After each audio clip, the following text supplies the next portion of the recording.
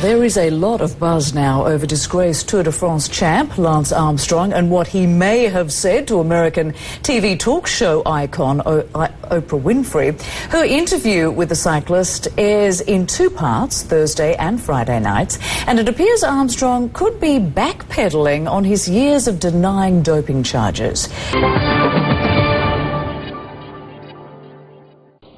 I would say he did not come clean in the manner that I expected. It was surprising to me. I would say that for myself, my team, all of us in the room, we were mesmerized and riveted by some of his answers.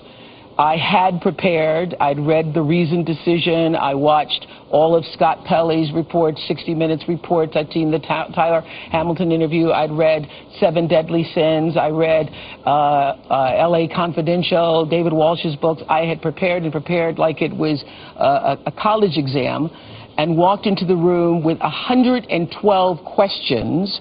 And in a 2.5-hour interview, I asked most of those questions, or at least as many of those questions as I could, but I feel that he answered the questions in a way that he was ready.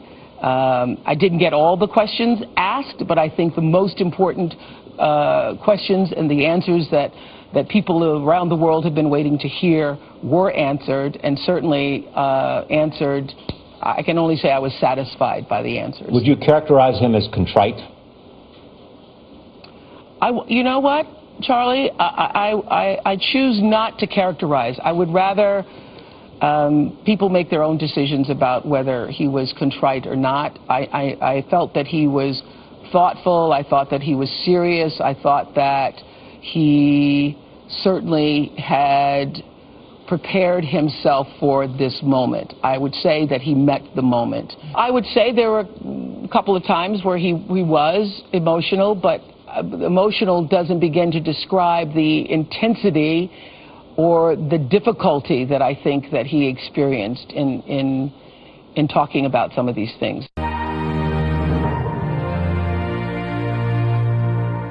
The Oprah get comes months after a damning indictment of Armstrong from the US anti-doping agency, which pulled no punches in a report about Armstrong's team. It paints an undeniable web of unfortunately the deepest and the most sophisticated, professionalized drug program that we've ever seen a team run. Armstrong was later stripped of all 7 Tour de France titles by the sport's world governing body.